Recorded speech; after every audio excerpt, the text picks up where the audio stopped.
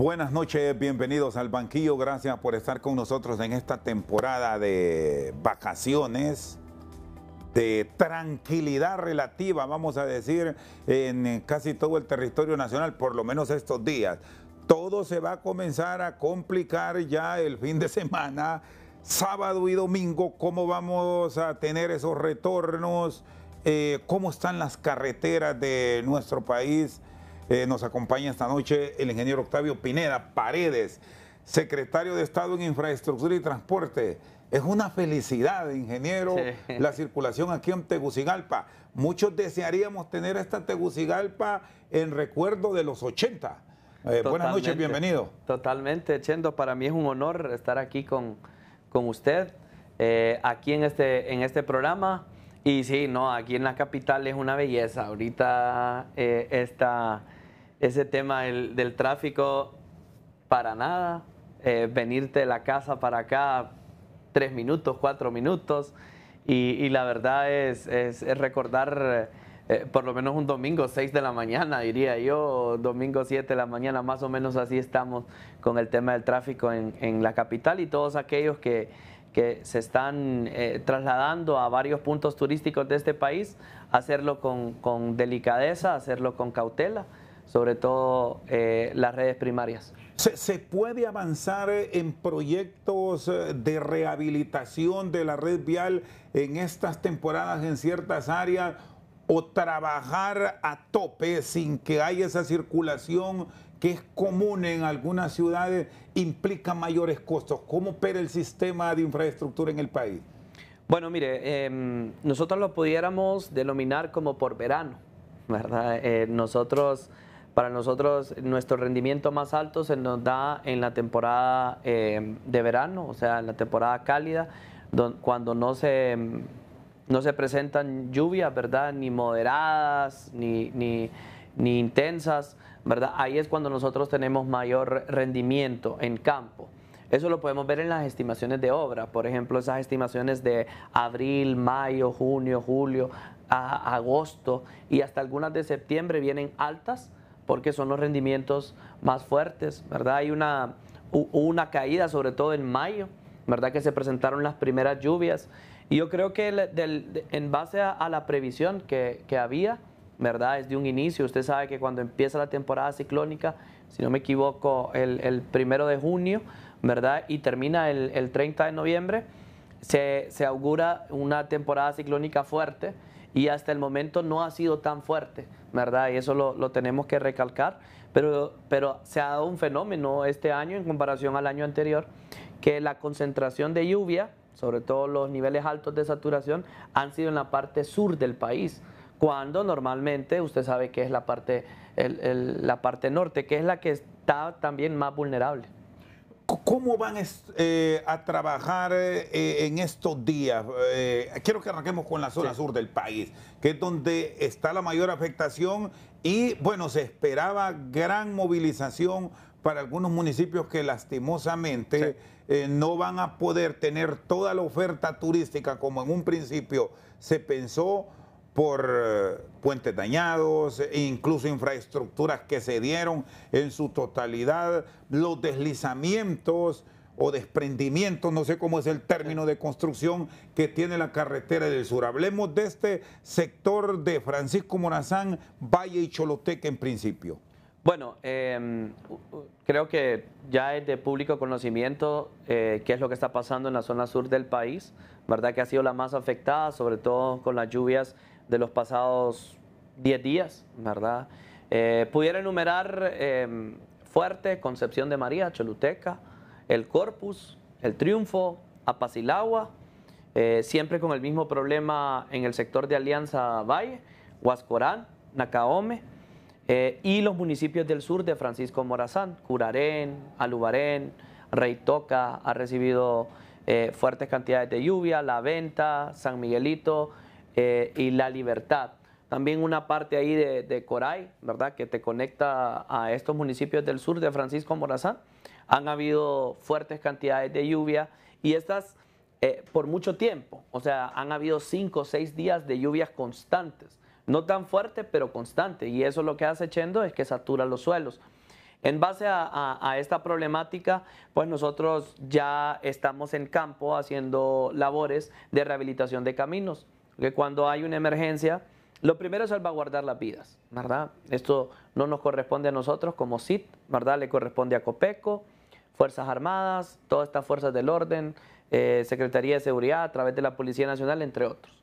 Ya nosotros entramos a la segunda y la tercera fase en base al abordaje de una emergencia. La segunda, que es la rehabilitación de caminos, eso es rápido.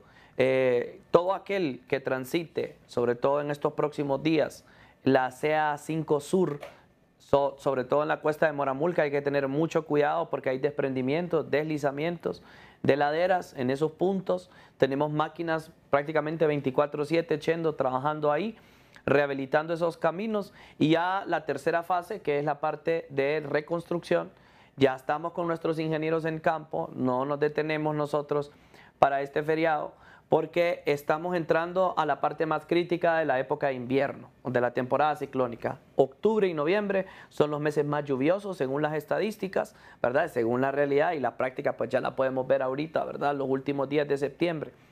Y estos primeros días de octubre hemos tenido fuertes cantidades de lluvia, sobre todo en esos puntos. Y no le quitamos el dedo de la llaga a la parte del Valle de Sula. Si nos encontramos en distintos municipios atendiendo, ¿verdad?, a esos llamamientos de los alcaldes, por ejemplo, en Pimienta, Cortés, en Puerto Cortés, nos encontramos en San Manuel, en varios otros municipios como El Progreso, El Negrito, haciendo trabajos sobre todo de mejoramiento en los canales artificiales y los ríos. ¿Cómo se coordina con los alcaldes? Porque ahora mismo hay mucha actividad en el desplazamiento, pero sí, hay lugares en donde la infraestructura quedó dañada.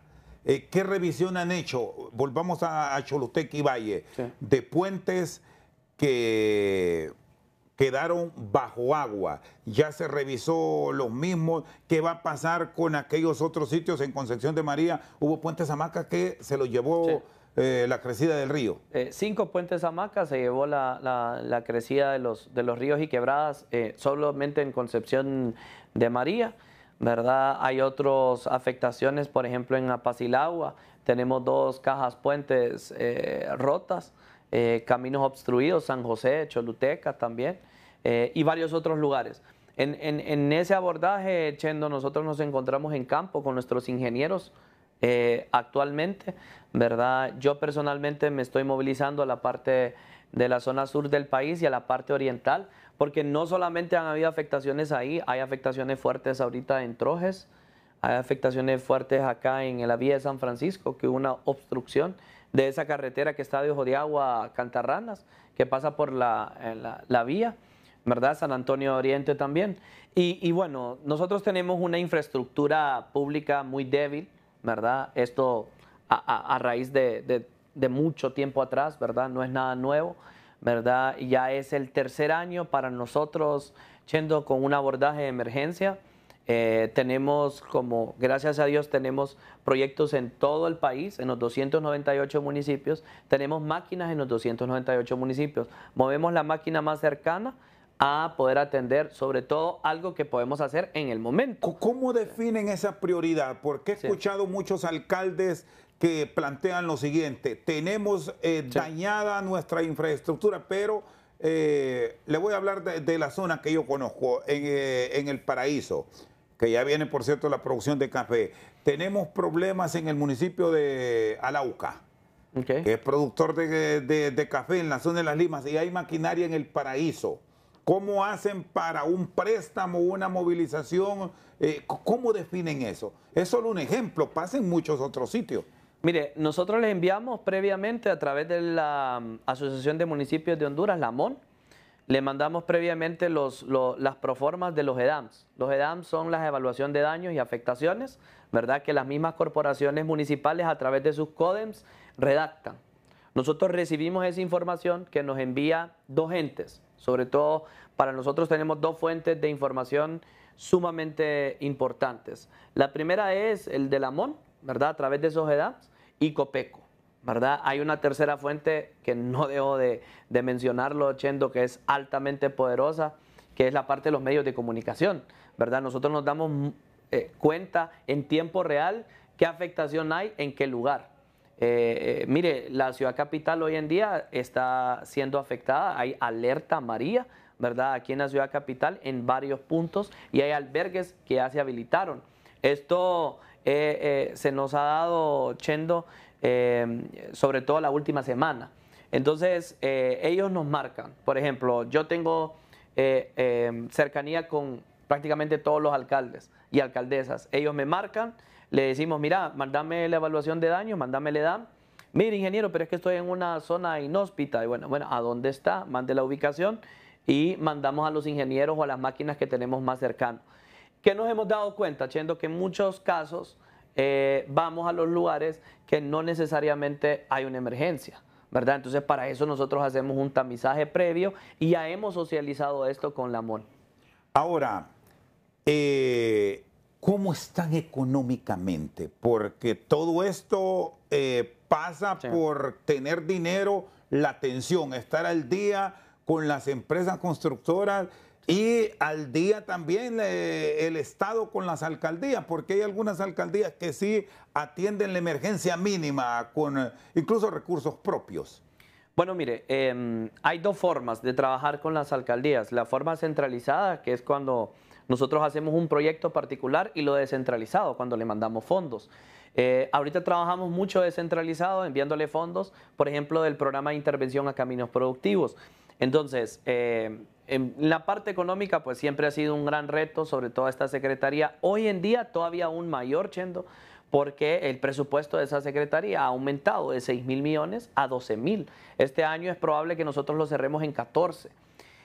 Desde mayo venía enviando oficios a Secretaría de Finanzas porque ya me estaba consumiendo el 100% del programa que tenía yo de inversión pública para la fuente 11, que es la fuente nacional. Bueno, prácticamente lo estaba consumiendo. Ya en agosto nos quedamos sin dinero en esas cuentas y nos hicieron una incorporación los últimos días de septiembre y eso nos está oxigenando para poder atender emergencias y proyectos que ya tenemos dentro de nuestro plan operativo de este año. Ese tema, Chendo, creo que hoy en día para esta secretaría se ha vuelto un gran reto por el alto consumo que tiene esta Secretaría de Fondos en proyectos de inversión pública. Antes la CIT, o sea, Soptravi, SECOP, Caminos, como lo llamemos, ¿verdad? A lo largo y el pasar de los años, tenía en promedio unos 300, 400 proyectos. Hoy hay 2.700 proyectos en línea en los 298 municipios, unos más grandes que otros. ¿Y todos estos tienen la tutela de infraestructura de transporte? Así es.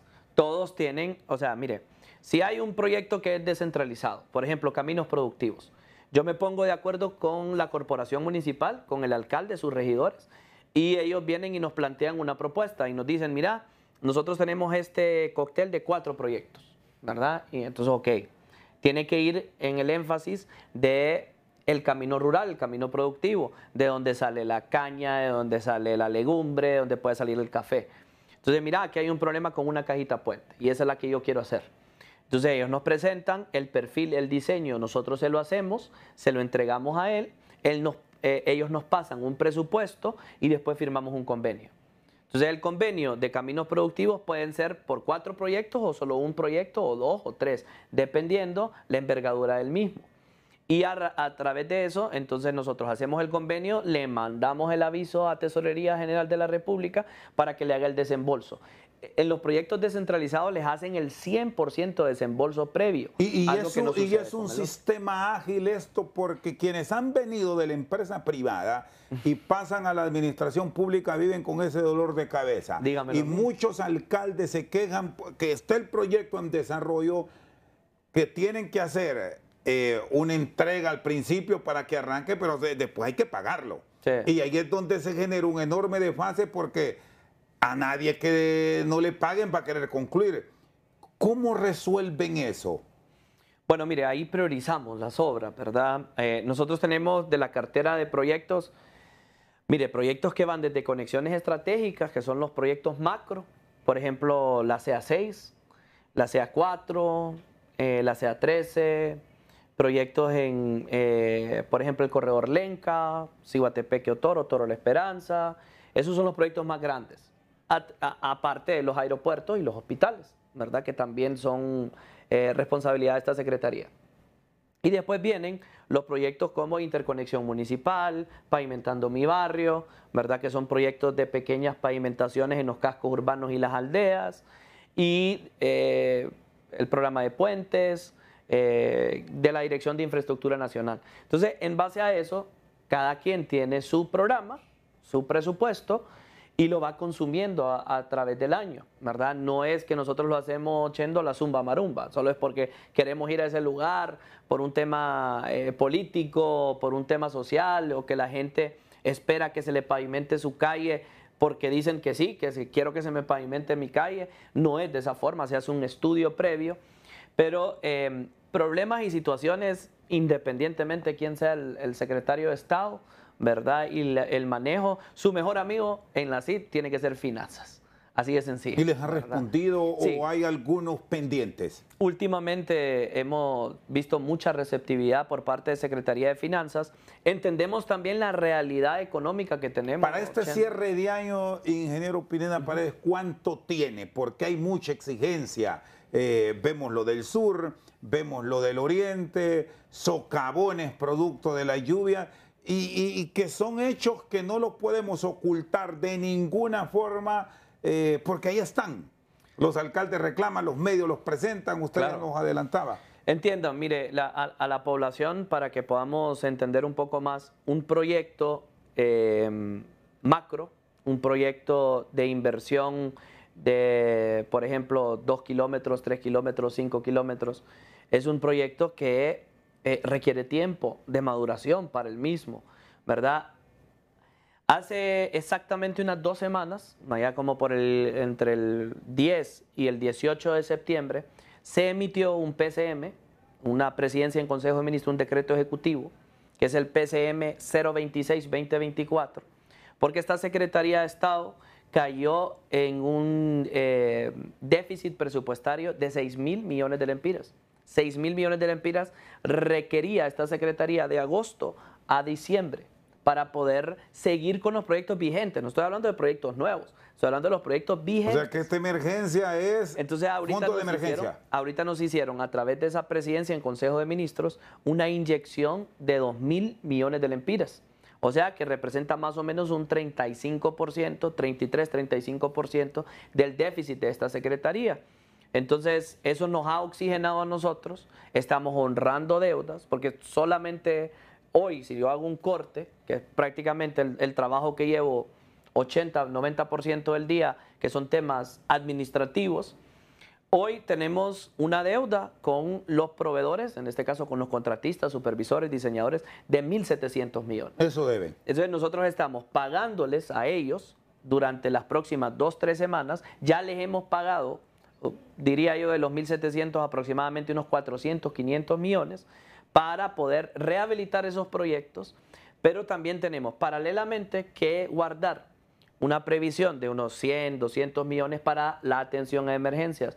Eso ya está estipulado, ya lo tenemos nosotros dentro del programa, pero como la emergencia, Chendo, por temas climatológicos de este país se da hasta el último trimestre del año. Entonces, normalmente, en el pasar del año, si vos necesitas esa plata, entonces le hacemos el aviso a finanzas, le decimos, mira, dentro del programa 16 o 15, que es el programa de atención a las emergencias, necesito habilitar 50 millones de ahí y pasarlos a un proyecto que tengo vigente actualmente.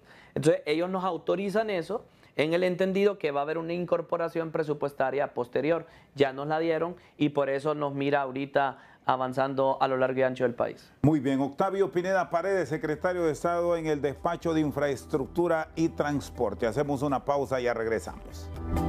Seguimos esta noche al banquillo. Hablamos con el secretario de Estado en el Despacho de Infraestructura y Transporte. ¿Qué pasó con los controles de peso? Lo hemos visto en la carretera del norte, en la CA5, en algunas ocasiones en la carretera del sur, en la zona de Pavana. ¿Y hay capacidad para revisar los pesos, ingeniero, en otras carreteras o qué sucede? Mire, ese tema de pesos ha sido un tema bien controversial a lo largo del tiempo, sobre todo el control de pesos y medidas. Para que la población lo pueda entender, una rastra puede llevar hasta, depende si lleva varillas, si lleva cemento, si lleva caña, lo que sea, ¿verdad? Hasta 25 toneladas. ¿Qué nos hemos dado cuenta, Chendo? Llevan hasta 40 toneladas. Claro, el flete le sale más barato. Porque si imagínate, llevan 40 toneladas en un flete, pero ¿qué es lo que está pasando? Rompen la calle por completo, la revientan, ya sea de terracería, de pavimento, como lo quieras llamar. Concreto hidráulico no vale. Eso es un tema que nosotros ya remitimos ese control de pesos y medidas a la dependencia de esta secretaría, que es el Instituto Hondureño de Transporte Terrestre, porque usted sabe que esta es la Secretaría de Infraestructura y Transporte. Y dentro de esta secretaría hay varias agencias, varias instituciones y programas, como por ejemplo el Servicio Aeroportuario Nacional, el Instituto Hondureño de Transporte Terrestre, que es el que regula y el que tiene a los muchachos regados y muchachas a lo largo y ancho del país viendo este tema de pesos y medidas. Pero si no tienen báscula, Chendo, ¿qué sucede?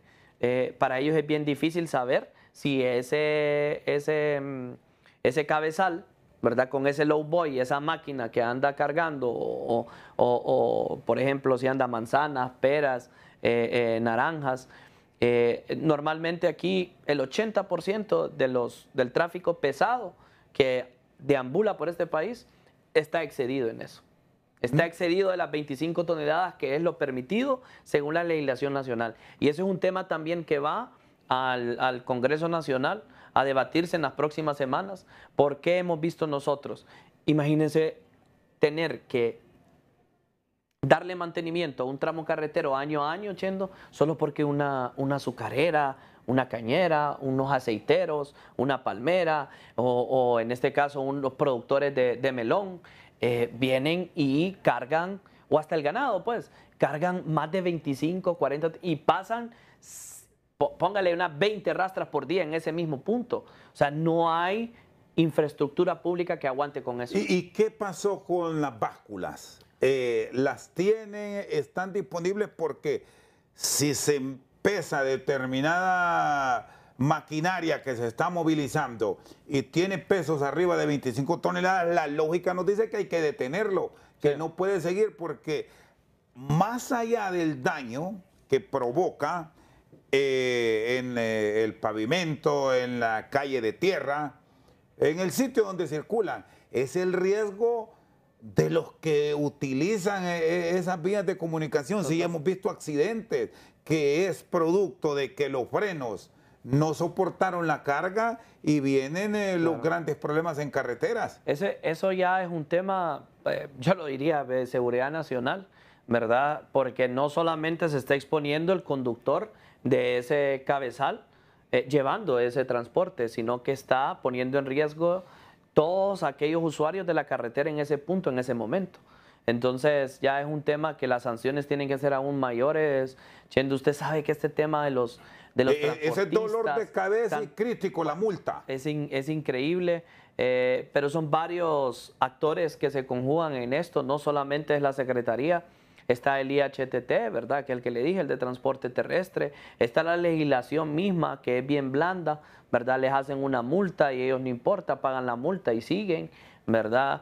Creo yo que tenemos que ponernos de acuerdo en una mesa de diálogo, establecer ese tema como de seguridad y prevenirlo. Normalmente este tema de las básculas y los pesos sirven mucho en las aduanas, sobre todo aquel que viene de Nicaragua hacia Honduras o de El Salvador, que va de tránsito, o aquel que va de salida hasta cuando estamos en las aduanas nos damos cuenta que ya pasó 400 kilómetros, por ejemplo, de Puerto Cortés hasta el Amatillo, con un peso que andaba superior a las 25 toneladas permitidas, ¿verdad? Entonces, yo creo que ahí, Chendo, hay que ser más duros. Hemos encontrado nosotros serias dificultades y esperamos resolverlas y dejar a la próxima administración temas de legislación hasta un tema de báscula, ¿verdad? Ya bien establecidas en distintos puntos del país. Hay un sitio Y eso yo lo he vivido en carne propia, nadie me lo ha contado y lo vamos a compartir aquí con el secretario de Infraestructura.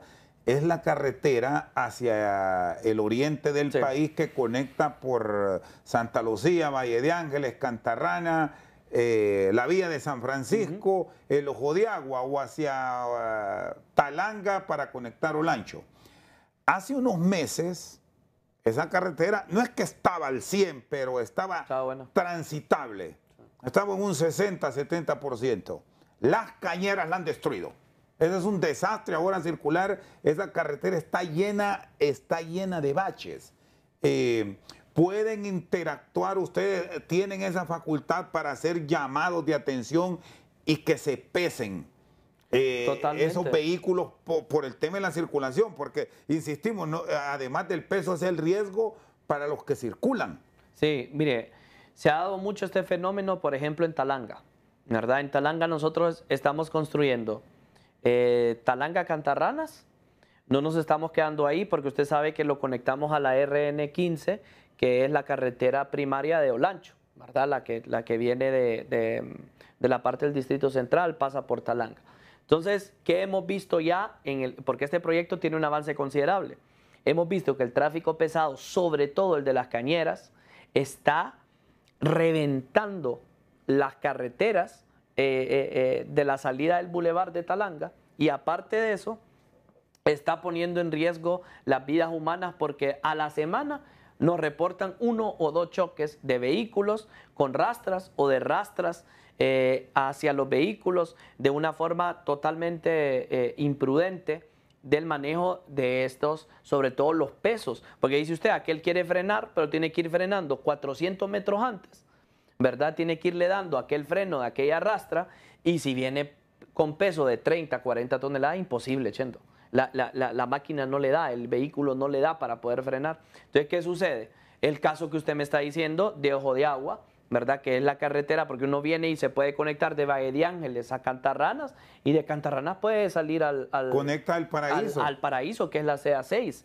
Entonces, nosotros tenemos como idea, como gobierno, la presidenta nos ha dicho, mira, tenemos que producir en el campo, pero si tenemos malas vías de comunicación, entonces esos fletes se nos está saliendo demasiado costosos, y de esa forma ya estamos en una competencia medio fregadas, aparte de que se importa arroz, se importa maíz, ¿cuándo lo podemos producir en el país?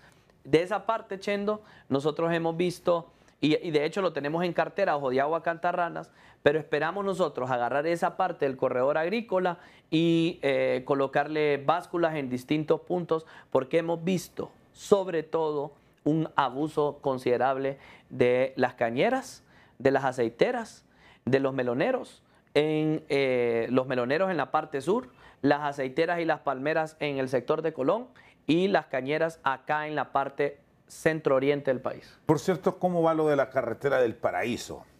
Ya estamos mucho avanzó mejor. el proyecto, ya se respira un poco. No, sí. Villanueva, Tatumbla. Considerablemente. Está el detalle ahora, Ojo de Agua, Sí. Yuscarán, Las Así Mesas. es.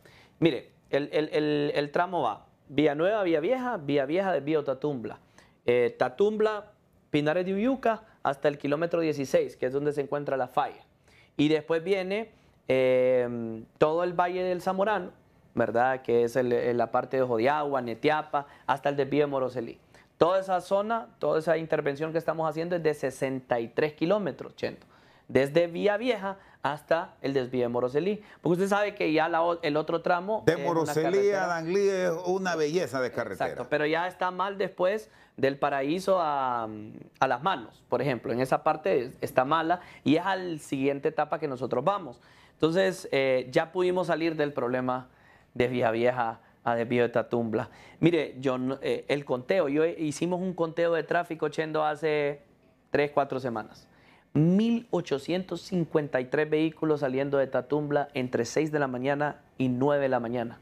Entonces, increíble cómo se ha poblado toda esa zona, Chendo, y han estrangulado la carretera principal, y aparte de eso han irrespetado el derecho de vía. Usted mira que hay barberías, o sea, del centro de la calle a 8, 9 metros. Bueno, el mismo sector de Villanueva, Totalmente. en la administración anterior de la alcaldía se amplió un carril. Se pero amplió en uno que le dicen como de aceleración. Fue parqueo para talleres y ferreterías. Sí, así es, así es. Yo creo que ahí tenemos que tener un mejor control en ese aspecto, porque la problemática principal de los proyectos hoy en día de la Secretaría, fíjese que no es el tema de obtención de fondos, porque a esta Secretaría le han inyectado, la presidenta le ha inyectado una cantidad de fondos, bueno, no había tenido este volumen de trabajo. Usted le pregunta a los contratistas hoy, pregúntele a los supervisores, váyase a la Chico, pregúntele a nuestro amigo Gustavo Boquín, ¿cómo están los constructores hoy en día? El problema es más derecho de vía. Mire, el problema es legislación, el problema es el derecho de vía, las indemnizaciones. Por ejemplo, su amiga periodista Saraí siempre nos consulta con el tema del Libramiento del Sur. ¿Usted sabe por qué ese proyecto de Libramiento del Sur no se ha iniciado? Los fondos están desde el 2018. El diseño nos lo acaban de entregar el pasado 28 de septiembre. Pero dos familias, sobre todo, son dos dueños de terrenos, no quieren vender el terreno por donde va a pasar.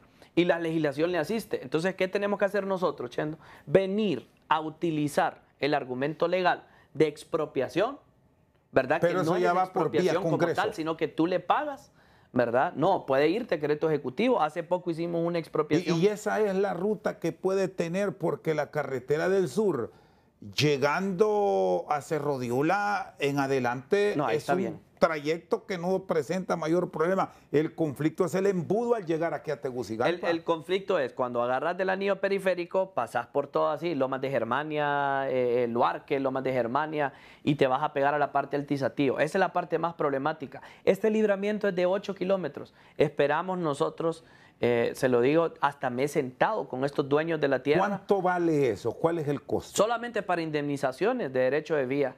Esta secretaría tiene más de 16 millones de dólares para pagar ese 50% ese trayecto del sur. El 50% de ese trayecto le pertenece a Imprema. Ya negociamos y ya estamos prácticamente pagándole a Imprema en eso. Ellos se aceptan, pero hay dos familias que no. Pero hay dos terratenientes que no. Y aparte de eso nos han dicho, págame todo el terreno. Pero, espérate, pero yo te pago por donde va a pasar la vía. No te voy a pagar si tu terreno tiene 7 manzanas, por ejemplo, y la afectación es de 2, yo te pago por las 2. Quieren hacer negocio. Sí, entonces ya es un tema bien complicado, ¿verdad? En ese aspecto, sobre todo, Chendo, porque usted sabe que la tierra en los cascos urbanos es carísima. Hoy en día, ¿por qué cree usted que se ha poblado tanto Uyuca, Valle de Ángeles, Santa Lucía y todos esos lugares? Que no tenían la infraestructura, por ejemplo, en agua potable, en agua residual. Porque la tierra es más barata allí. Porque la tierra hoy en día en el casco urbano, aquí en la ciudad capital, mire, yo he visto casos de $250 la vara. Entonces, la gente, una familia joven, por ejemplo, un esposo y una esposa de 25 años, ¿cómo va a comprar la tierra a ese valor? Y póngale que ganen 2 salarios mínimos, no, es imposible. ¿Y ustedes como autoridad tienen algún límite que lo han definido para resolver este problema de derechos de vía? Porque si no, se ve el gobierno igual, Chendo. Se ve el gobierno y no van a tener respuesta. Salido Lancho igualito. Es el mismo problema. Mire Salido Lancho, usted mira en el sector de Mall Premier, por ejemplo, en la rotonda de Mall Premier, y tú agarras para irte a la carretera de Olancho, sector de la los laguna, primeros 2 kilómetros, bueno, el dinero está, la plata está, el proyecto y el contratista y nosotros así, mire, porque no podemos avanzar. Porque quien tiene que hacer la liberación, o sea, ese reasentamiento, sobre todo de los locatarios que han invadido el derecho de vía, es la alcaldía. Y bueno, ya han pasado 9 meses del que yo llevo de administración, 9, 10 meses que llevo de administración, más los otros 2 años que estuvo el ingeniero Ramos, ¿verdad? Todo el gobierno de la presidenta Xiomara esperando la liberación por parte de la alcaldía. Y yo creo que nosotros tenemos que ser más duros en eso. No podemos ser tan blandos en ese aspecto. Si la gente, más bien, sobre todo aquellos que han invadido el derecho de vía, lo han hecho de forma ilegal, Chendo. Lo han hecho de forma ilegal. Pero a veces son hasta amenazas de muerte. Son llamadas y aquella cuestión. Y uno dice, bueno, imagínese, uno está en un puesto así, transitorio, amenazando de muerte por un proyecto que beneficia a millones de personas por intereses mezquinos de 30, 40 locatarios. No se puede, ¿verdad? Muy bien, Octavio Pineda Paredes aquí en Al Banquillo. Una pausa, ya regresamos. Seguimos al banquillo. Bueno, en plena semana morazánica inició el año cosecha café. Este 1 de octubre. Los caminos de acceso a las fincas productoras del aromático, ¿cómo lo coordinan con el Fondo Cafetero? Porque hay una responsabilidad de ellos, pero he escuchado a muchos alcaldes y a muchos líderes comunitarios que también les están exigiendo que les reparen esos caminos. Es que ni el Fondo Cafetero, con sus fondos económicos y su capacidad para poder responder a los caminos donde se encuentran estas zonas productoras de café, ni el gobierno por sí solo, ¿verdad?, con su capacidad ejecutiva y capacidad económica, puede con todos los caminos, ¿verdad?, en un determinado tiempo. Entonces, nos hemos puesto de acuerdo, ¿verdad? Sobre todo, vaya, le voy a dar un caso, yo sé que usted de ahí, el caso del Oriente. Hemos hecho trabajos de manera conjunta, por ejemplo, nosotros vamos a intervenir las selvas, la lodosa, todo ese sector entre Danlí, El Paraíso, que es una zona altamente productora de café, ¿verdad? Por parte de la Secretaría de Infraestructura y Transporte, más de 75 kilómetros de la red vial no pavimentada, porque también estamos con un proyecto de pavimentación, sobre todo en un tramo de 5 kilómetros en ese mismo sector. Y el Fondo Cafetero nos dice, bueno, entonces nosotros vamos al sector de Alauca, nosotros vamos a Teupacenti y vamos a hacer trabajos ahí. Entonces los coordinamos, porque nos ha pasado, Chendo, que llegan maquinaria de nosotros y llegan máquinas de ellos.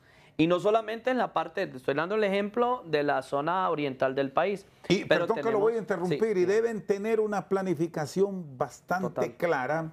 Yo conozco bien esa zona, mi padre era de ahí, de la zona de Las Mangas, en Buenavista, cerca de Cedral y de las Selvas.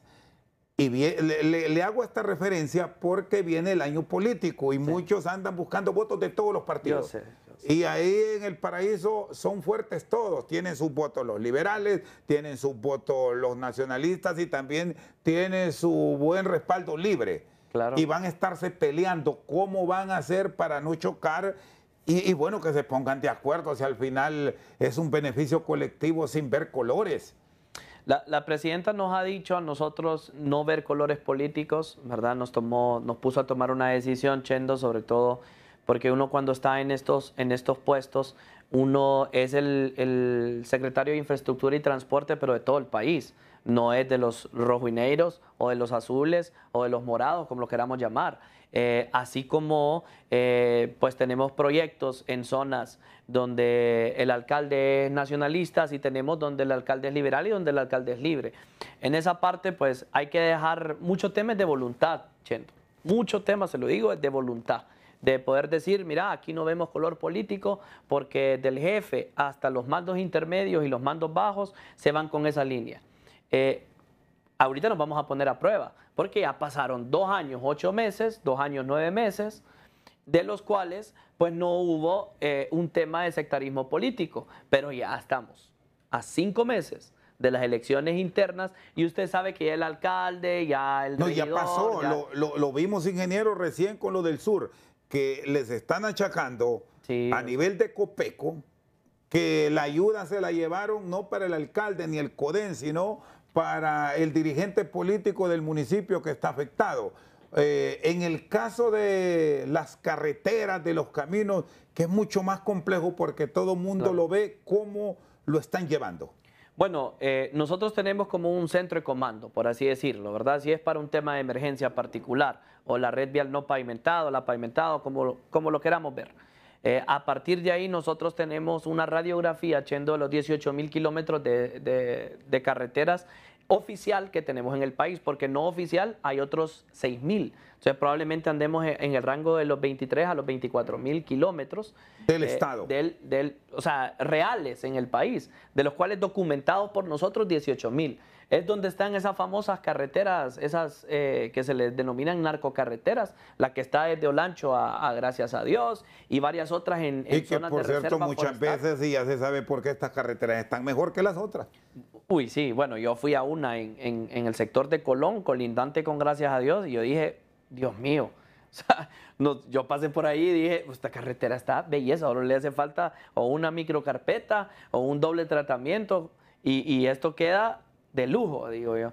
Pero bueno, ¿verdad? Esas son las cosas que uno mira en varios lugares de este país.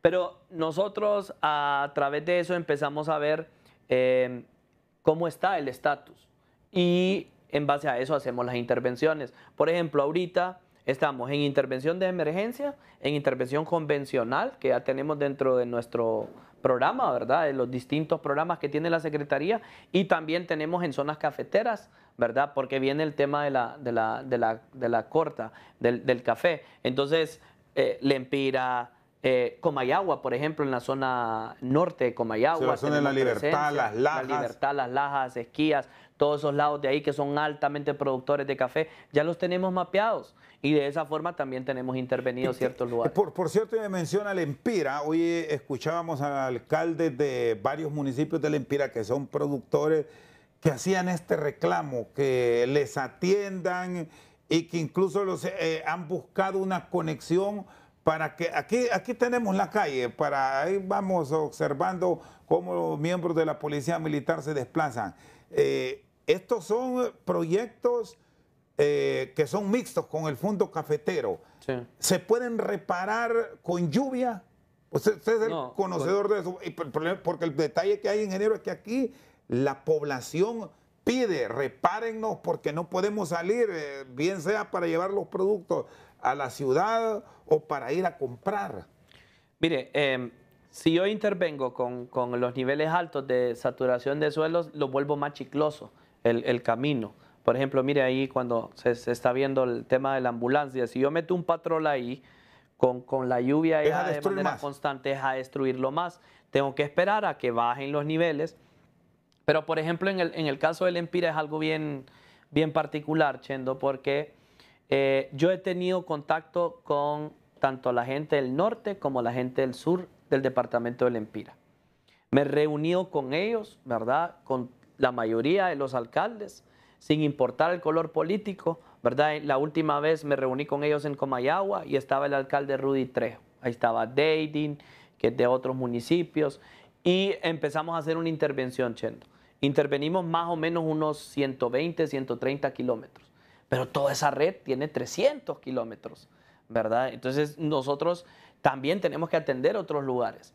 Y por no atender 10 kilómetros, 15 kilómetros, pero atendimos la parte más crítica, entonces vienen y lo quieren ver, hacer ver mal al gobierno y decir, no nos atendieron, nos dejaron político. Solos. No, Chendo, mire, uno tiene que estar en otros lugares también. Desearíamos tener mayor presupuesto. Sabemos que el Estado, a través de su historia y esta voluntad de la señora presidenta con el tema de caminos productivos, ha venido a beneficiar a estos lugares que estaban históricamente olvidados. Entonces, yo creo que ya estamos entrando ni siquiera a la parte, a la subida, estamos entrando a una zona... Como el precalentamiento. Sí, un precalentamiento, porque usted sabe que lo fuerte de la interna empieza en enero. O sea que el próximo año está preparado para... Bien, va a ser un reto bien fuerte ese. ¿Y cómo ve el presupuesto? ¿Se va a discutir a finales de este año en el Congreso Nacional las partidas, las asignaciones para atender estos proyectos? ¿Cómo los han distribuido esos renglones? Yo he estado en 2 secretarías de Estado. Fondo Hondureño de Inversión Social y la Secretaría de Infraestructura y Transporte. Cuando recientemente fuimos al Congreso Nacional a exponer el caso del libramiento de la Ciudad del Progreso, porque ya estamos, bueno, justo el día de ayer recibimos los diseños, las propuestas de diseños para el libramiento sur y norte del Progreso, pero no teníamos la plata para la construcción. La presidenta envía a la Secretaría del Congreso Nacional el convenio de préstamo. Se votó de forma unánime, Chento. Todos los diputados, sin importar el color político, votaron a favor de este proyecto. Entonces, ¿qué tenemos nosotros? Ya 3 años interviniendo distintos lugares del país. vemos los proyectos de una forma. Ocupamos reforzar estos departamentos, ocupamos reforzar estos caminos secundarios, terciarios, primarios, ¿verdad? Sobre todo aquellas rutas que son las panamericanas, las rutas internacionales. Y de esa forma el anteproyecto de presupuesto de esta Secretaría, que hoy en día el presupuesto es de 12.000, subió a 15.000 para el otro año. Y esperamos lo pueda aprobar el Congreso Nacional, ¿verdad? Y no utilizar ningún tema de tinte político, porque esta Secretaría ha trabajado de esa forma. Y yo creo que con solo que le pregunten a los alcaldes, Chendo, ellos podrán decirlo. Muy bien. El ingeniero Octavio Pineda Paredes con nosotros esta noche al banquillo. Hacemos una pausa, ya regresamos. Seguimos esta noche al banquillo de los grandes proyectos. ¿Algunos se entrega este año? Bueno, ya quedamos terminamos. 2025. Ya terminamos. Le puedo mencionar 2 proyectos fuertes y 2 proyectos así intermedios. ¿El Paraíso cuándo? Siempre pregunto por el mi Paraíso pueblo. nosotros lo entregamos. Esos 60 kilómetros lo entregamos allá como por julio, agosto del 2025. Todo el tramo. Todo el tramo. O sea Villanueva, Villavieja, Tatumbla. Se une Danlí, Villanueva, Danlí, Tegucigalpa. Belleza. Totalmente en agosto concluido. del otro año. El que ya terminamos. ¿Y el Paraíso en las manos? Paraíso, ¿Para arrancar? Paraíso las manos, nosotros lo tenemos en diseño ahorita y empezamos a arrancarlo en diciembre, enero, y esperamos entregarlo a final de año, final del otro año. Porque ese ni siquiera Sí, es un trayecto corto. Y usted sabe que todo ese tramo de Oriente, el primario, ¿verdad? No los secundarios ni nada. Va desde aquí de Villanueva y termina ahí en las manos. ¿verdad? Desde la administración del presidente Reina no se hacía nada. Bueno, pero ya estamos haciendo algo ahí, ¿verdad? Y esperamos nosotros dejar un avance considerable, sobre todo en el tramo de acá, ¿verdad? El que tenemos nosotros, que vamos a estar entregando, si aceleramos el paso, el primer semestre del otro año, ¿verdad? Que son los 63, 64 kilómetros. Ahora bien, proyectos ya entregados, Danlí Patuca, ¿verdad? O sea, que es la salida al tema de Las Lomas y Carito, Terrero Blanco, que es la primera etapa del corredor agrícola. Todo eso ya está finalizado, 70, 71 kilómetros, 100% ya entregados. Calle 8 en La Ceiba, ¿verdad? Que es un proyecto de gran alivio para todo ese sector, entradas y salidas de esa ciudad, porque prácticamente, ya se imagina el tráfico en La Ceiba, sobre todo por la ley. En de esta cuando temporada. Vos entras, ¡wow! Increíble. Ese ya está entregado. Otro, Amapa San Antonio, 11 kilómetros ya finalizados, señalizados, rotulados, todo está finalizado en ese sector. Peña Blanca, Los Naranjos, también finalizado. Y así esperamos finalizar otro lote 8, de 8 proyectos fuertes, ¿verdad? La primera etapa de los de Reitoca ya está pronto a finalizar. Al final de año entregamos también Talanga Cantarranas. Tegucigalpa, Toncontín, ¿cómo va a quedar? Esa es otra tarea que tienen pendiente.